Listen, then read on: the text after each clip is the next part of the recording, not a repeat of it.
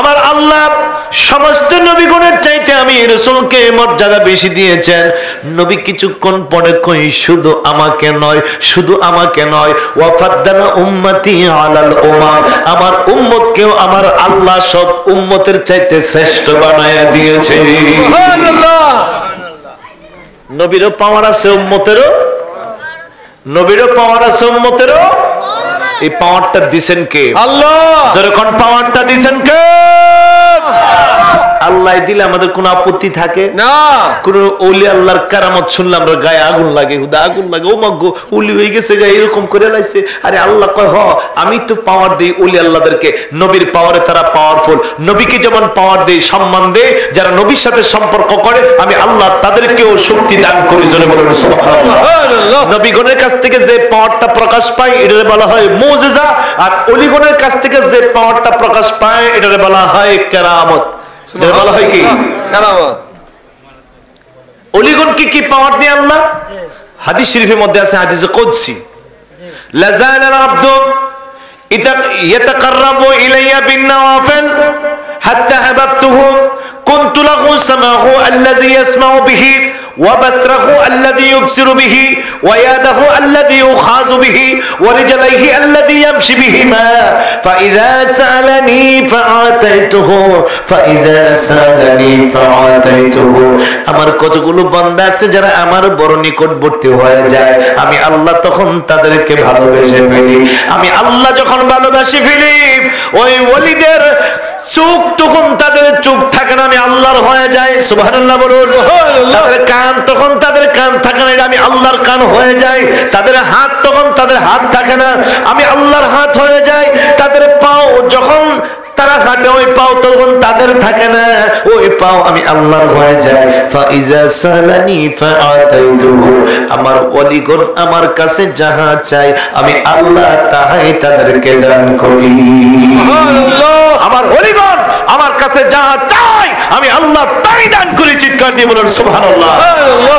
ওলি আল্লাহদেরকে ক্ষমতা দেয় কে? আল্লাহ। বলুন ক্ষমতা দেয় কে? আল্লাহ। আমার গাউসে পাকের শান শুনলে গালটা লয়ে যায়, সর্বনাশ, ও তো বড় ক্ষমতা হয়ে গেছে, তাই একজন বড় পীর না আছেন, এর সাথে আর কি আছেন? নাউযুবিল্লাহ। মানলে মানে এতটুকুন, তাই একজন বড় পীর ছিলেন, বড় ওলি যে ছিল এটা মানে বলতে চায় না, গাউসে পাক বলতে চায় না, ওলি কুলের সম্রাট বলতে, খুব বড় পীর আছেন একজন। আরে বোকা, আচ্ছা বলেন তো দেখি, অন্যান্য নবীগণের চাইতে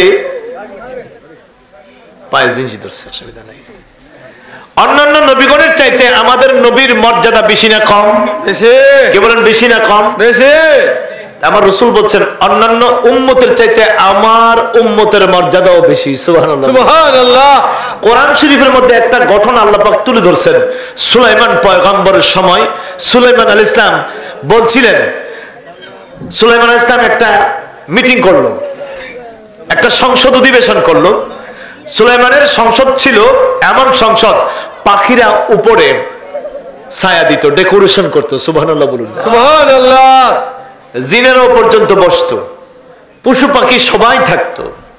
হঠাৎ করে একটা পাখিকে সুলাইমান নবী দায়িত্ব দিয়ে রাখছিলেন, একটা ছোট্ট একটা পাখি, হুদহুদ, পাখির নাম হুদহুদ। ছোট্ট একটা পাখিকে একটা দায়িত্ব দিয়ে রাখছিলেন, কোন জায়গায় কি আছে খবরাখবর আনার জন্য। মিটিং শুরু হয়ে গেল, পাখি নাই। মিটিং শুরু হইলো, কে নাই? পাখি নাই। পাখি নাই। একটা জায়গা ফাঁক। সুলাইমান পয়গম্বর বলেন, কিরে আমার পাখি হুদহুদ কোথায়? নাই নাই। সুলাইমান নবী এত রাগ হলেন, সব এসে হাজির। এই ছোট্ট খুদখুদ আজকে নাই, আমি তাকে এমন শাস্তি দিব, যদি উপযুক্ত কারণ দর্শাইতে না পারে আমি তাকে টুকরো বিটুকরো করে ফেলবো। সুলাইমান নবীর রাগ বেশি না কম? বেশি। এমন রাগ হলেন তিনি কসম খেয়ে ফেললেন। হঠাৎ করে দেখা যায় পাখি আসতেছে, আর একটা পাখি তার জাতের হুদহুদ দৌড়ায় গেল। সর্বনাশ, সুলাইমান পয়গম্বর আজকে তোমার প্রতি যে রাগ হইছে, তুমি যদি যাও তোমার টুকরো বিটুকরো করে ফেলবো, তোমার অবস্থা বড় খারাপ হইব। তো পাখি কয়, নবী কি আর কিছু বলছে সাথে? কহ বলছে, যদি উপযুক্ত কোনো কারণ দর্শাইতে না পারো তাহলে তোমার বিচারের অবস্থা বড় খারাপ। তো পাখি কই তাইলে আমার আর কোনো ভয় নাই, আমার কাছে উপযুক্ত একটা কারণ আছে। সুবহানাল্লাহ, সুবহানাল্লাহ। কেন আমার দেরি হয়েছে, মিটিংয়ে কেন আমি সময় মতো উপস্থিত হতে পারি নাই, আমার কাছে কি আছে, কারণ আছে।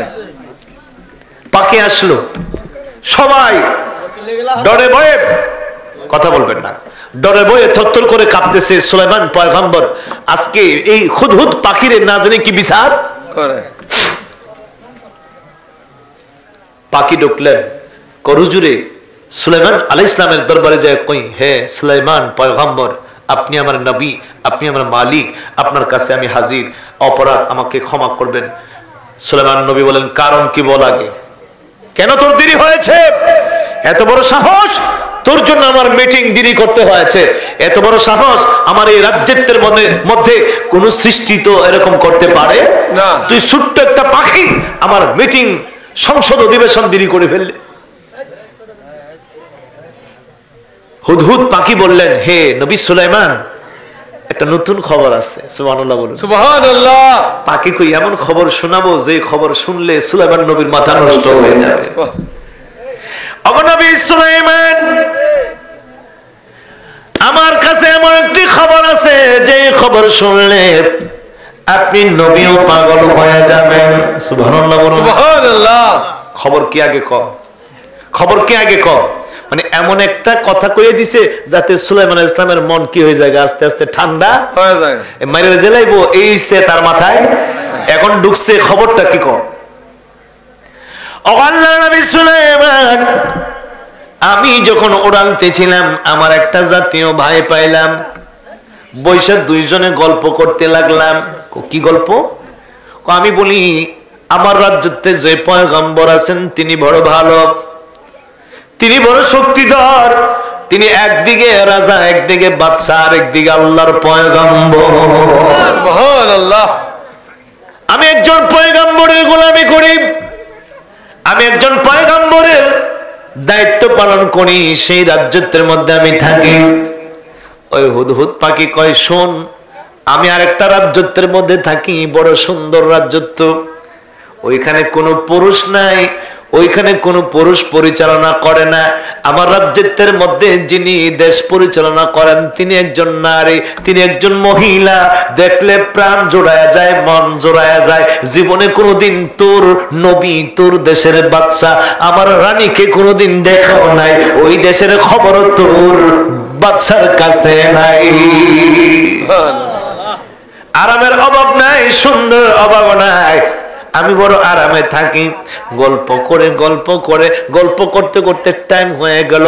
নবী গো, এরপর হঠাৎ করে মনে পড়ে গেল আমার মনে পড়ে গেল আমি তো সংসদ অধিবেশনে যাব, আমি তো মিটিং এ যাব, এই জন্য নবী গো দেরি হয়ে গেল। তার সঙ্গে আমার কথা কাটাকাটি হয়ে গেল। সে বলে তার রাজ্য তো সুন্দর, আমি বলি আমার রাজ্য তো সুন্দর, আমি বলি আমার বাদশা সুন্দর, সে বলে তার রানী সুন্দর। সুবহানাল্লাহ, সুবহানাল্লাহ। গেছিনি মন অন্যরকম হইয়া। তার রানীর নাকি স্বামী নাই, সে কুমারী, একজন যুবতী, একজন সুকুশী, একজন সুন্দরী। গল্প করল। সুলাইমান নবী কয়, পাখি রে, আর দেরি করবে না, আমি একটা চিঠি লিখে দেই, ওই চিঠি ওই রানীর কাছে তুই পৌঁছায়া দিবে। সুবহানাল্লাহ, সুবহানাল্লাহ। পয়সা দেওয়ার পরে তুই কিন্তু সাথে সাথে আসবে না, আমার চিঠি পাইয়া রানী কি করিটা দেখে আসবে। সুবহানাল্লাহ, সুবহানাল্লাহ। চিঠি পাঠাইল, সুলাইমানের পক্ষ থেকে তোমাকে দাওয়াত দেওয়া হলো, তুমি কালেমা পড়ে মুসলমান হয়ে যাও। সুবহানাল্লাহ বলুন, সুবহানাল্লাহ। সুলাইমানকে নবী হিসেবে গ্রহণ করো, আর নতুবা যুদ্ধের জন্য তুমি রেডি হয়ে যাও। সুবহানাল্লাহ। তিনটা কথা কইয়া চিঠি লেখা দিল। আর হুদহুদ পাখি রানী বিলকিস তখন 7টা তালার উপরে, সিংহাসনের উপরে, 7 তালা বিশিষ্ট বিল্ডিং এর উপরে, তখন তো ইলেকট্রিসিটি ছিল না, পাখা ছিল না, তোমার এয়ার কন্ডিশন, এয়ার কুলার কিছুই ছিল না। ওই 7 তালার উপরে কাপড় চোপড় খইলা আরাম করতেছে। হঠাৎ করে ছোট্ট পাখি খুদখুদ ভিতর ডুইকা রানী বিলকিসের বুকের উপরে চিঠি রেখে আসছে। চক্ষু খুললেন, খোলার পরে দেখে চিঠি। এত বড় সাহস! এই 7 তলার উপরে আমি আরাম করি, এইখানে আমার বাসার মধ্যে আমার এই 7 তলার উপরে কে চিঠি রাখলো? সাথে সাথে মিটিং ডাক দিল। সংসদ অধিবেশনে যত রাজা কিনা বলে উজির নাজির আছে সব লয়ে বসলো। কিরে, কোথায় তোদের পাহারাদার, কোথায় তোদের সিকিউরিটি, কোথায় তোদের পাহারাদার? কে আসলো আমার এই 7 তলার উপরে আমার বুকে চিঠি রাখলো? এগুলো কিন্তু শুনতেছে পাখি, ভেন্টিলেটর দিয়া দূরে বসে রয়েছে, পাখি কিন্তু শুনতেছে তারা কি করেন। তো একজন প্রধান উজির যিনি, তিনি বললেন, রানী রাগ করবেন না, চিঠিটা কার কার পক্ষ থেকে আসছে এটা দেখেন, তাহলে আমরা বুঝবো এই চিঠি আপনার কাছে কেমনে গেছে। যাইয়া দেখে মিন সুলাইমান আলাইহিস সালাম, নিচে অ্যাড্রেস লেখা, সুলাইমান পয়গম্বরের চিঠি। সুবহানাল্লাহ, সুবহানাল্লাহ। উজির নাজির যারা ছিল সুলাইমান নবীর নাম শুনে কো, হে রানী, যদি সুলাইমানের চিঠি হয়ে থাকে তাহলে আপনার কাছে এই চিঠি আসা কোনো অসম্ভবের ব্যাপার নয়, কারণ তার কাছে জিন বুত যা আছে সব তার আনুগত্যে থাকে। সুবহানাল্লাহ। এখন কি লেখছে? কইছে হয়তো মুসলমান হইতাম, নাইতো যুদ্ধের জন্য প্রস্তুত হইতাম। সভাসদ যারা ছিল সবাই বলল, এই মহাদর বাদশা সুলাইমান পয়গম্বরের সঙ্গে যুদ্ধ করে আমরা পারবো না, আমরা পারবো না। বরং আর একটা কৌশল অবলম্বন করেন। কি? কিছু হাতিয়ার তোহফা পাঠায় দেন। যদি দুনিয়াদার বাচ্চা হয়, হাতিয়ার পাগল হইয়া যাইব, আপনার জন্য আর রাজত্ব দখল করার চাইতো না, অন্য কোনো কিছুই চাইতো না। তো রানী কই, কথাটা তো ঠিক আছে। 400 মানুষ, 200 যুবক আর 200 যুবতী, 200 যুবক আর 200 যুবতী, যুবকরে বানাইলো যুবতী। বলছেন এবার পাখিরে ডাক দেয়া, কয় পাখিরে তুই এখন যাইয়া দেখ, আমার এই খবর পাইয়া এই লোকগুলো যাইয়া রানী বিলকিসের কাছে বললে তারা কি বলে, রানী বিলকিস কি বলে। এবার রানী বিলকিস সিদ্ধান্ত নিল যুদ্ধ করাও সম্ভব না, অর্থ সম্পদ দিয়ে তার মন জয় করাও সম্ভব না, বাধ্য হয়ে আমি রানী বিলকিস তার দরবারে যাইতে হবে। সমস্ত উজির নাজির যারা ছিল, মন্ত্রী পরিষদ সবাই কিনে রওনা দিলেন, সুলাইমান আলাইহিস সালামের দরবারে যাবেন। সিংহাসনটা বিশাল বড় একটা সিংহাসন, কোন কোন কিতাবে লেখছে 80 হাত উঁচা, আবার 80 হাত ফাঁস, এত বড় সিংহাসন। এটা খুললা টুকরা টুকরা কইরা একটা রুমের মধ্যে তালা লাগায় থয়ে গেছে। এই সিংহাসনের মধ্যে যেন কেউ বসতে। পাখি যায় কয়, আল্লাহর নবী সুলাইমান, রানী বিলকিস আপনার দরবারে আসতেছে। সুবহানাল্লাহ, সুবহানাল্লাহ। রানী বিলকিস সাবা নগরী থেকে আপনি নবীর দরবারে আসতেছে। সাথে সাথে সুলাইমান আলাইহিস সালাম একটা মিটিং ডাক দিলেন। জিন, দেও, দানব, ভূত, ফেরেত যা আছে, মানুষ টানুষ যা আছে সবাই লইয়া বসলেন। সুলাইমান নবী বললেন, ও আমার উম্মতেরা শোনো, রানী বিলকিস আমার দরবারে আসতেছে, তোমাদেরকে একটা হুকুম আমি দিব। ও জিন, দেও, দানব, তোদের পাওয়ার বেশি, ক্ষমতা বেশি, তোদের মধ্যে কেউ কি আসোস, রানী বিলকিস আমার এখানে আসার আগে রানী বিলকিসের সিংহাসনটা আমার দরবারে আনতে পারবে। সুবহানাল্লাহ। জিনেরা সবাই সিদ্ধান্ত নিল, আচ্ছা আমরা চেষ্টা করি, আমরা এনে দিব, কারণ আমরা ছাড়া তো আর কেউ পারতো না। হে আল্লাহর পয়গম্বর, আমরা এনে দিব। তো সুলাইমান আলাইহিস সালাম বললেন, তোদের সময় কতদূর লাগবে? সময় কতদূর লাগবে? জিনেরা বলল, আল্লাহর পয়গম্বর সুলাইমান, এই মিটিং এর মধ্যে আপনি বসা আছেন, আপনি মিটিং শেষ করার আগে রানী বিলকিসের সিংহাসনটা আপনার দরবারে এনে হাজির করে দিব। সুবহানাল্লাহ। সরাসরি কোরআনের কথা কিন্তু বলতেছি, এই গল্প কোরআনে তুলে ধরছে। সুলাইমান নবী জিনদেরকে ডাক দিয়া কয়, না রে না, এতটুকুন সময় আমার সহ্য হবে না। সুবহানাল্লাহ বলুন, সুবহানাল্লাহ। এর চাইতে আরো কমে কেউ পারবা কিনা? জিনদের মধ্যে সবচাইতে শক্তিশালী যে দাঁড়ায় কয়, আমাকে কিছুক্ষণ সময় দেন, অর্থাৎ আধা ঘন্টার মতো সময় দেন। সুলাইমান পয়গম্বর বলেন, না, আধা ঘন্টাও সময় দেওয়া যাবে না, এর চাইতে কমে কেউ পারবে কিনা? সুবহানাল্লাহ বলুন। সুবহানাল্লাহ। জিনেরা কয় আমাদের সরদার যিনি বড় শক্তিশালী, সেই যখন আধা ঘন্টা চাইলো আমাদের পক্ষে আর কারো পক্ষে সম্ভব না। সুলাইমান নবী কয় না রে না, এতটুকু সময় আমি সহ্য করতে পারবো না, আমার উম্মতের মধ্যে আর কেউ কি আছো? সুবহানাল্লাহ বলুন। সুবহানাল্লাহ।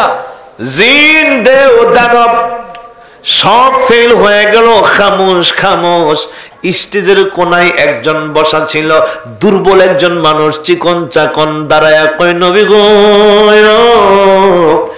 ও নবী, আপনি যদি আমার এজাজত দেন, আপনি যদি আমারে হুকুম দেন, আমি চেষ্টা করব আমি রানী বিলকিসের সিংহাসন আনতে পারি কিনা। হাতি ঘোড়া গেল তল, মশা বলে কত জল, একটা কথা আছে না? দেউ দানব সব জিনপুরি ফেল হয়ে গেল, আর ছোট্ট একটা মেয়েরা মানুষ কয় নবী গো আমারে এজাজত দিলে আমি চেষ্টা করব আনতে পারি কিনা। সুবহানাল্লাহ।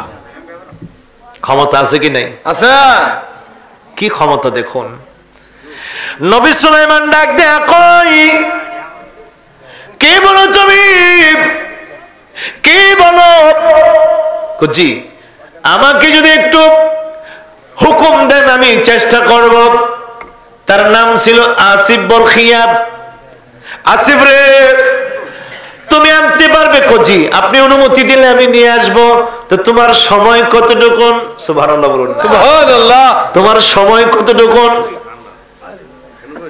আসিফ বরখিয়া বলেন নবী গো, আমি 1 ঘন্টা সময় চাবো না, 30 মিনিট সময় চাইবো না, 5 মিনিটও চাইবো না, 1 মিনিটও চাইবো না, 30 সেকেন্ডও চাইবো না, আমি এতটুকু সময় চাইবো। আপনি চক্ষু বন্ধ করবেন আর চক্ষুটা খুলবেন।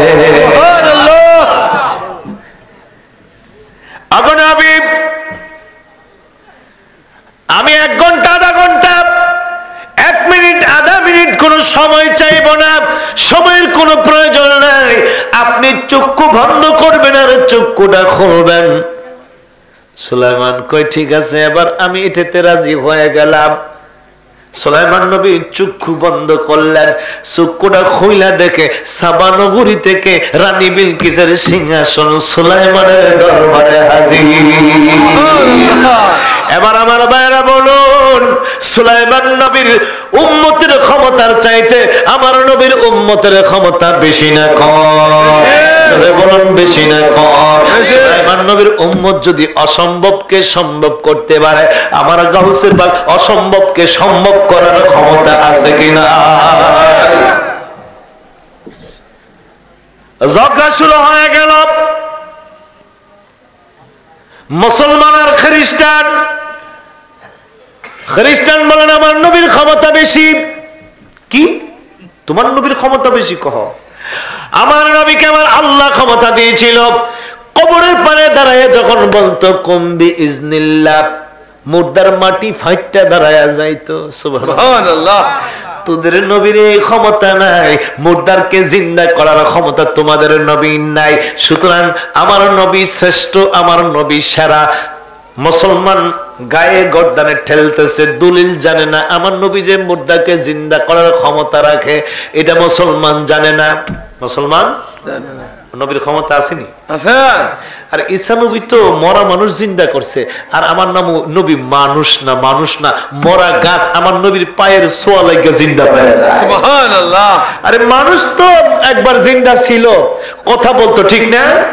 ফাতর আমার নবীর ইশারায় কথা বলে। সুবহানাল্লাহ বলুন। সুবহানাল্লাহ। মরা গাছ নবীর ইশারায় কথা বলে। সুবহানাল্লাহ বলুন। কি পাওয়ার দেখছো আর কি ক্ষমতা দেখছো? ঝগড়া করতেছে। এখন মুসলমান দলিল দিতে পারতেছে না, সাফাই আর থাকুন যা, দলিল ছাড়া ঠিক হন যায়। সাফায় ঠেলতেছে, ঘাড়ে গর্দানে ঠেলতেছে, না আমার নবীর চাইতে বড় আর কোন নবী নাই। দলিল দে, দলিল দে, তোর নবী যে মুর্দারে জিন্দা করতে পারে। ঠিক এমন সময় গাউসে পাক আব্দুল কাদের জিলানী তার সামনে হাজির। সুবহানাল্লাহ। হুজুরকে দেখা মুসলমানের কলিজাটা এত বড় হয়ে গেল। হুজুর আমি বিপদে পড়ে গেলাম, মুসিবতে পড়ে গেলাম। হুজুর এই মুসলমান আর এই খ্রিস্টান আমাকে বলে তার নবী বড়, কিন্তু আমি মুসলমান, আমি তাকে দলিল দিতে পারতেছি না। আমি বারে বারে বলতেছি না আমার নবীর মতো বড় আর কোন নবী নাই। হুজুর হে বারে ঠেলে আর কয় তোদের কোরআনে দলিল আছে কুম্বি ইজনিল্লাহ, আমার নবী বলতো মুর্দার জিন্দা হয়ে যেত। তোদের কোরআন থেকে দলিল দে তোর নবী যে মুর্দারে জিন্দা করতে পারে, তো কোরআনে তো এই কথা নাই। গাউসে পাক বলেন ও এই জন্য তুমি টেনশনে পড়ছো, টেনশন করো না। ডাক দিলেন খ্রিস্টানকে, আসো এদিকে, তুমি তোমার নবী মুর্দাকে জিন্দা করতে পারে, এই জন্য তুমি মনে করো তোমার নবী বড়। জিও, এই জন্যই তো মনে করি। গাউসে পাক কে তিনি? তিনি হাসানি ওয়াল হুসাইনি, একদিকে হাসানি আর একদিকে হুসাইনি। আমার নবীর ব্লাড, আমার নবীর আওলাদ হুজুর গাউসে পাক আব্দুল কাদের জিলানী, যিনি মায়ের পেট থেকে ওলি হয়ে দুনিয়ার জমিনে আগমন করেছে। জোরে বলুন সুবহানাল্লাহ। ক্ষমতা আছে কি নাই? আছে। পাওয়ার আছে কি নাই? যেমনে ডাক দিত আল্লাহ এমনি দিয়ে দিত। সুবহানাল্লাহ। সুবহানাল্লাহ। মক্তবে গেছে পড়তো। প্রথম দিন যখন নিয়ে গেলেন, মক্তবের বাচ্চারা একটু তো বুঝেন না, যে যেমনে পারে এমনি জাগালো বয়ে থাকে ছোট্ট বাচ্চারা, ঠিক না? আমরা মুরব্বীরা একজন আরেকজনকে এহসান করি, জি জি ভাই একটু বসেন, আমরা লইরে সইরে বই, ঠিক না? নবীর শিক্ষাও এটাই। নবীজি বলছেন তোমার এক ভাই যখন তোমার কাছে আসবে, জায়গা থাকার পরেও তুমি একটু নাড়াচাড়া দিও, যাতে করে তোমার ভাই বুঝে তুমি আপ্যায়ন করতেছ। আমরা যারা বুঝের আমরা এরকম করি, ঠিক না? একটা কথা মনে রাখবেন, আপনার ভাই বসার জায়গা আছে, তারপর আপনি একটু নড়বেন, এটা আমার নবীর সুন্নাত। সুবহানাল্লাহ। সুবহানাল্লাহ। ভাইকে বুঝাই দিবেন, ভাই আপনি বসেন। তো বাচ্চারা তো আর এটা বুঝে না, একজনের জায়গা চারজনের লয়ে বয়ে থাকতে চায়, কেউ কাউকে এহসান করতে বুঝে না, জায়গা দিতে চায় না, খুব গ্যাঞ্জাম হয়ে গেল। গাউসে পাক তখন মাত্র বয়স 4, বয়স কত? 4 বছর। যখন তিনি মক্তবে প্রবেশ করেছেন, গায়েব থেকে শুধু আওয়াজ আসতেছে, উস্তাদের কানেও সে আওয়াজ, বাচ্চাদের কানেও সে আওয়াজ, জায়গা সরাইয়া দাও, তাকে বসতে দাও। সুবহানাল্লাহ। সুবহানাল্লাহ। সবাই খামোশ। ছাত্র বলে একই শুনি, শিক্ষকও বলে একই শুনি। সুবহানাল্লাহ বলুন না। কোন বাচ্চাকে নিয়ে আসলেন, কে যেন বলে তাকে বিছানা দেওয়ার জন্য, জায়গা দেওয়ার জন্য, তাকে বসার ব্যবস্থা করার জন্য। সবাই বসার ব্যবস্থা করলেন। উস্তাদ এখন তাকে তালিম দিবে, শিক্ষা দিবে, তাকে সবক দিবে। বলো বাবা, আউযু বিল্লাহি মিনাশ শাইতানির রাজিম।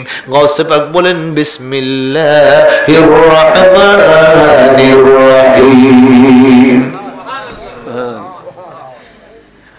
হুজুর বলেন বিসমিল্লাহির রাহমানির রাহিম। গাউসে পাক পড়ে আলহামদুলিল্লাহি রাব্বিল আলামিন। সুবহানাল্লাহ। হুজুর সবক দেয় এক পারা, গাউসে পাক পড়ে দ্বিতীয় পারা, হুজুর সবক দেয় দ্বিতীয় পারা, গাউসে পাক পড়ে তৃতীয় পারা। সুবহানাল্লাহ বলুন না। সুবহানাল্লাহ। মক্তবের হুজুর তাজ্জব হয়ে গেলেন, আশ্চর্য হয়ে গেলেন, কোন ছাত্রকে নিয়ে আসলেন? আমি পড়াইবার আগে পারে, আমি পড়াইবার আগে জানে। গাউসে পাকের আব্বা জান বলেন আমি তো জীবনে কোনোদিন শিক্ষা দেই না, এই মাত্র আপনার কাছে নিয়ে আসলাম একটু শিক্ষা দেওয়ার জন্য। ডাক দেয়া কয় আব্দুল কাদের, তুমি কি কোরআন শরীফ পড়তে পারো? তুমি কি কোরআন শরীফ পাঠ করতে পারো? গাউসে পাক আব্দুল কাদের জিলানী ডাক দেয়া কয় বাবা, শুধু পড়তে পারি না, 1 পারা নয়, 2 পারা নয়, 18 পারা কোরআন শরীফ আমি আব্দুল কাদের এক টানে পড়তে পারি। কেন পড়তে পারে? মা হাফেজা ছিলেন 18 পারা, মা কোরআন তেলাওয়াত করতেন, আর গাউসে পাক মায়ের পেট থেকে শুনে 18 পারা কোরআনের হাফেজ হয়ে দুনিয়ার জমিনে আগমন করে। চিৎকার দিয়ে বলেন সুবহানাল্লাহ। স্বাভাবিক ওলি নয়, মাদারেজাত ওলি। সুবহানাল্লাহ বলুন না। সুবহানাল্লাহ। আপনি আসিফ বরকিয়ার ক্ষমতা মানেন, গাউসে পাকের ক্ষমতা আপনি মানেন না। গাউসে পাকের মুজিজা বললে, কারামত বললে আপনার গায়ে আগুন লাগে। গাউসে পাক বলেন, তিনি তো ওই গাউসে পাক আল্লামা মোল্লা জিউন, যিনি বাদশাহ আলমগীর, নাম শুনছেন না? বাদশাহ আলমগীরের উস্তাদ ছিলেন। বাদশাহ আলমগীরের উস্তাদ আল্লামা মোল্লা জিউন, যিনি নুরুল আনোয়ার কিতাবটা লিখেছেন। ওনার মাজার শরীফ দিল্লিতে আছে। কুতুবউদ্দিন বখতিয়ার কাকি রহমাতুল্লাহ আলাইহির পাশে আল্লামা মোল্লা জিয়নের মাজার শরীফ আমি কিছুদিন আগেও জিয়ারত করে আসলাম। তিনি বলেন গৌসে পাক আব্দুল কাদের জিলানী তিনি এমন এক আলিম, পৃথিবীর সমস্ত মানুষের মৃত্যুবার্ষিকী স্মরণ হয় বছরে একবার। কয়বার? একবার। মৃত্যুবার্ষিকী একবার। যে যে সালে মরে এক বছর পরে তাকে কি করে স্মরণ? আমার গৌসে পাক তিনি এমন এক ব্যক্তি যাকে প্রতি মাসে মাসে 11 শরীফের মাধ্যমে স্মরণ করে। জোরে বলুন না সুবহানাল্লাহ। 11 কেন পালন করি আমরা? 11 শরীফ পালন করার কারণ কি, হাকিকত কি জানেন? 11 শরীফ পালন করার কারণ হলো আমার গৌসে পাকের ওফাত দিবস হলো 11 শরীফ। সুবহানাল্লাহ বলুন। সুবহানাল্লাহ। রবিউল সানিতে গৌসে পাক ওফাত করেছিলেন, দুনিয়ার জমিন থেকে বিদায় নিয়েছিলেন। এই জন্য প্রতি মাসে মাসে শুধু বাংলাদেশে নয় আর ভারতে নয়, গোটা বিশ্বে আমার গৌসে পাককে প্রতি মাসে মাসে 11 শরীফের মাধ্যমে স্মরণ করে। ঠিক কিনা? গৌসে পাক ওই খ্রিস্টানকে ডাক দিলেন, এই জন্য তুমি বলো তোমার নবী বড়? কহ আপনার নবী যে বড়, একটা দলিল দেন তাইলেই চলবে। গৌসে পাক বললেন দলিলের কোনো প্রয়োজন নাই, দলিল দেওয়ার দরকার নাই। আমার নবী নয়, নবী নয়, আমি নবীর গোলামের গোলাম, গোলামের গোলাম, গোলামের গোলাম। আমার নাম আব্দুল কাদের জিলানী। আমি যদি মুর্দাকে জিন্দা করে দেখায় দেই তাহলে তুমি মানবা কিনা আমার নবী বড়?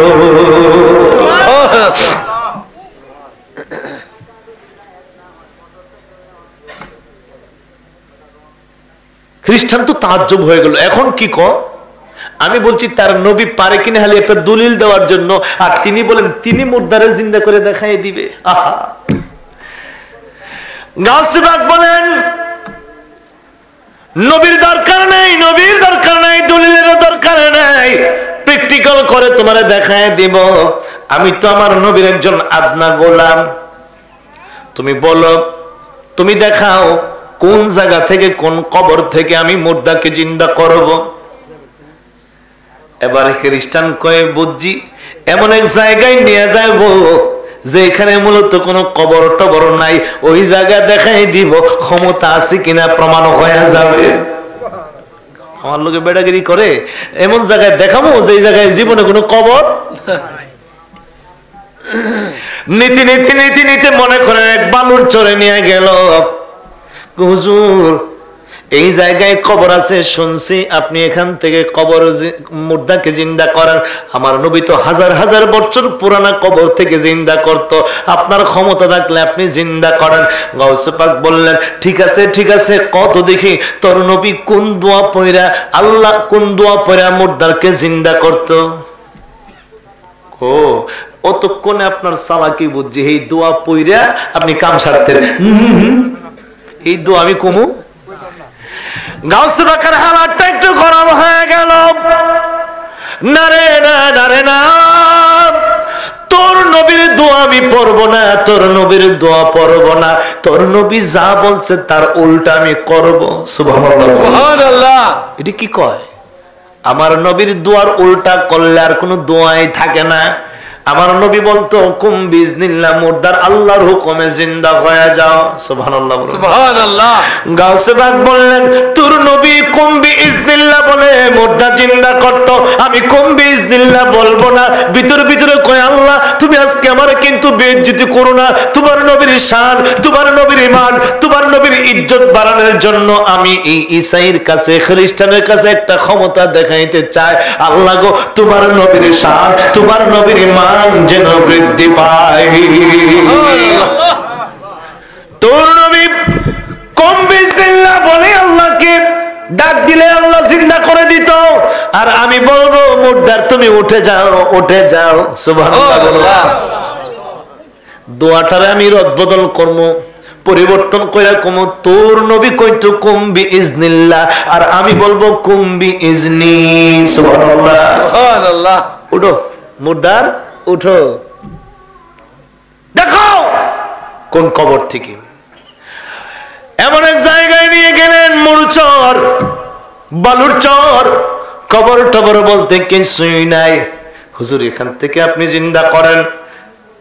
গাউসে পাক সেখানে দাঁড়াইয়া চক্ষুটা বন্ধ করে আমার আল্লাহকে ডাক দে, মাবুদ, ও মাবুদ, ঈসা নবী যদি জিন্দা করতে পারে, আল্লাহ ওই সময় যদি তুমি মুর্দাকে জিন্দা করে দেখাইতে পারো, আজকে আমি আব্দুল কাদের ডাক দিব, তুমি কি মুর্দাকে জিন্দা করে দেখাইয়া দিবা না?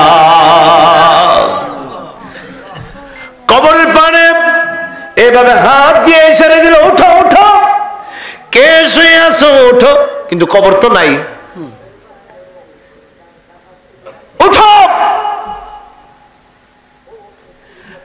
থরথর করে কবরের মাটি কম্পন শুরু হয়ে গেল, ঠাস করে একটা মুর্দার মাটি ফাইটা দাঁড়ায় গেছে। সুবহানাল্লাহ, সুবহানাল্লাহ।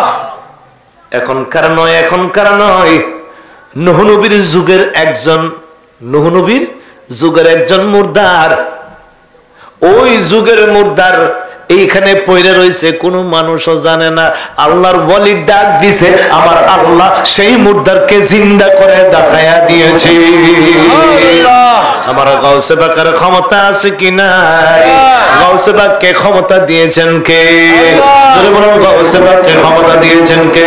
এই জন্য আমার নবী বলেন, ওয়া ফাদ্দালা উম্মতি আলাল উমাম, আমার উম্মতদেরকে আমার আল্লাহ সমস্ত জাতির থেকে শ্রেষ্ঠত্ব দান করেছেন। আর আমার আল্লাহ বলেন, ফাইজা সাআলানি ফাআতাইতুহু, আমার ওলিগণ আমি আল্লাহর কাছে যাহা চাই আমি আল্লাহ তাহাই তাদেরকে দান করি।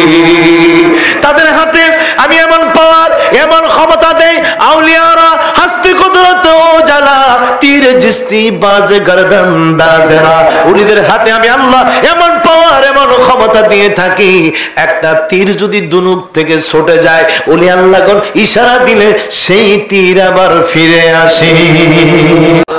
আমার গাউসে পাককে ক্ষমতা দিয়েছেন কে? আল্লাহ। যেরকম কে? আল্লাহ। গাউসে পাকের সম্পর্ক কার সাথে? আমার নবীর সাথে। আমার নবী যেমন মহান, গাউসে পাকও মহান। আমার আল্লাহ বলেন, হাবিব আপনার সাথে যাদের সম্পর্ক হবে আমি আল্লাহ তাদেরকেও বানাই দিব মহান। যদি বলুন সুবহানাল্লাহ। ওলিদের পাওয়ার, ওলিদের ক্ষমতা, এটাকে বলা হয় কারামত। যেমন শাহে আমানত চট্টগ্রামের জমিন থেকে ওই বোয়ালখালী থেকে গাং পারে, নদী পারে বিপদ ফিরে গেছে, চক্ষু বন্ধ করে কাগজ এনে দিয়ে দিছে। সুবহানাল্লাহ। বাবা শাহজালাল মুজাররদি আমনি গৌর গোবিন্দ রোজার বাড়ির পাশে দাঁড়ায় আল্লাহু আকবার বলছে, বুলেট মারে নাই, বোমাও মারে নাই, হাতুড়িও লাগাই নাই, শুধু বলছে আল্লাহু আকবার। বলতে দেরি, গৌর গোবিন্দ রাজার বাড়ি ভাঙতে দেরি হয় না। কোন পাওয়ারে, কোন শক্তিতে? এগুলো কার শক্তি? আল্লাহ। জোরে বলেন, এগুলো কার শক্তি? আল্লাহ। যা তোমার ব্রেনে ধরে না, যা তোমার দিমাগে ধরে না, সায়েন্স কোলায় না, বিজ্ঞান যেখানে কোলায় না, এই পাওয়ারটাই হচ্ছে ওলিদের পাওয়ার। আর ওলিদের পাওয়ারটা দেয় কে? আল্লাহ। জোরে বলেন, দেয় কে? আল্লাহ। এটাকে বলা হয় কেরামত। এটাকে বলা হয় কি? কেরামত। ওলিদের মাধ্যমে অলৌকিক ঘটনাগুলো প্রকাশ পাইলে এটা বলা হয় কেরামত। আর নবীগণের কাছে যে অলৌকিক ঘটনা প্রকাশ পায় এটা বলা হয় মুজিজা। এটা বলা হয় কি? মুজিজা। বিষয় একটা, দুই দিক থেকে প্রকাশ হওয়ার কারণে দুই নাম। নবীগণের কাছে প্রকাশ পাইলে এটার নাম মুজিজা, আর ওলিদের কাছে প্রকাশ পাইলে এটা বলা হয় কেরামত। এটা বলা হয় আল কারামাতুল আউলিয়া হাক্কুন। ওলিদের কেরামত সত্য, এটা মানতে হবে, বিশ্বাস করতে হবে। হুজুরে গাউসে পাক আব্দুল কাদের জিলানী অলিকুলের সম্রাট, তরিকার মধ্যে সর্বশ্রেষ্ঠ এবং তরিকার মধ্যে সবচেয়ে প্রাচীন, তরিকার মধ্যে সবার আগের তরিকার নাম হচ্ছে তরিকায়ে কাদরিয়া আলিয়া। সুবহানাল্লাহ বলুন। আঞ্জুমানে গৌলি মদিনা দরবার শরীফ আমার মহান মুর্শিদ কেবলা সেই তরিকার একজন খাদেম ছিলেন, সেই তরিকার প্রচার করতেন, সেই তরিকার সেবক ছিলেন।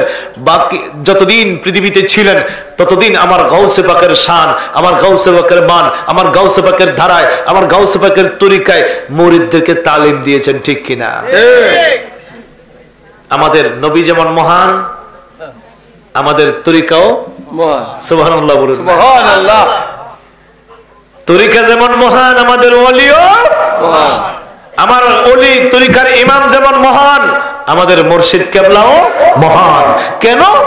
মুর্শিদ পাওয়া যায় কিন্তু সঠিক পথ প্রদর্শক পাওয়া যায় না। কত লোভে বশবর্তী হইয়া কত পীর কত হালে নষ্ট হয়ে যাচ্ছে।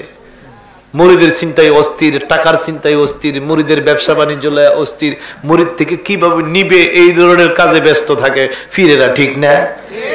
কিন্তু আমার একজন মুর্শিদ কেবলা, আমাদের মহান মুর্শিদ কেবলা শুধু এই দেশে নয়, আপনি গোটা বাংলাদেশে যান, কোথাও যায় এই ধরনের একটা রেকর্ড পাবেন না কোন মুরিদের কাছে যায় একটু চাঁদা কালেকশন করছে, আমার দরবারের জন্য একটা টাকা দাও, আমার দরবারে মাহফিল করব টাকা দাও, মসজিদ করব টাকা দাও, মাদ্রাসা করব টাকা দাও। জীবনে বলছে না, জীবনে বলছে না। মুর্শিদ কেবলার বাণীটা কি ছিল? যারা পীর হয়, ওলি হয়, তারা দুজাহানের বাদশা হয়। সুবহানাল্লাহ, সুবহানাল্লাহ। কোন পীর মুর্শিদ যদি হাত পাতে তিনি সায়েল হয়ে যায়, সায়েল ভিক্ষুক হয়ে যায়, আর যে দেহে দাতা হয়ে যায়, তাহলে পীরের দরজা কমে আর মুরিদের দরজা বাড়ে। এখন বলুন তো, পীরের দরজা উপরে না মুরিদের দরজা? পীরের দরজা উপরে না? তাহলে আপনি যে হাত পাইতে লাইছেন, বাবারে আমার একটা গরু দিতে হইব, বাবারে আমার একটা ছাগল দিতে হইব, বাবারে আমার এখানে একটা বইস দিতে হইব, আমার 1 লাখ টাকা দিতে হইব, 50,000 টাকা দিতে হইব, এটা কি হয়ে যায়? চাওয়া হয়ে যায়, সায়েল হয়ে যায়, সায়েল। আমার বাবাজান কেবলা, আমার মহান মুর্শিদ কেবলা এই ভিক্ষাবৃত্তি পছন্দ করতেন না। উনি ছিলেন আঞ্জুমানে গুলি মদিনা দরবার শরীফের মহান মুর্শিদ কেবলা, যিনি হুজুরের গাউসে পাকের সম্পূর্ণ অনুসরণ করে চলতেন। মুরিদানকে একটাই হুকুম দিতেন, যাই যতটুকু আমল করো বাবা, ইমানটাকে কোনোদিন নষ্ট করিও। ইমানের ব্যাপারে আমার মুর্শিদ কেবলার কাছে কোনো ছাড় ছিল না। আরে মুরিদ বারোকার কমক এদিকে চাইছে না, হক কথা বলে গিয়েছেন। যেখানে যে কথা বলার দরকার আমার মহান মুর্শিদ কেবলা বলে গিয়েছে, কাউকে পরোয়া করে নাই। কোরআন হাদিস সামনে নিয়ে সিনায় নিয়ে কথা বলেছে, কে খুশি হবে আর কে বেজার হবে কোনোদিন এই দিকে খেয়াল করে না। এটাই হচ্ছে সঠিক, এটাই হচ্ছে সহিহ, এটা হচ্ছে খাঁটি পীরের আলামত। তোমাকে তুষামত করে পীরগণ ওলিগণ চলবে না, তুমি তুষামত করতে হবে। তুমি তোমার ওলির মর্জি মোতাবেক চলতে হবে। তোমার মর্জি মোতাবেক যদি তোমার ওলি চলে, তাহলে বুঝতে হবে তোমার ওলি তোমার স্বার্থের পাগল। শিক্ষা দিয়ে গেছেন যে না, হক পথে চলো, সত্য কথা বলো। বাবাজান কেবলা বলতেন, সততা, মানবতা, মানব সেবায় নিজেকে কায়েম রাখিও। মনে আছে কথাগুলো? সততা, মানবতা, মানব সেবায় নিজেকে কায়েম রাখিও।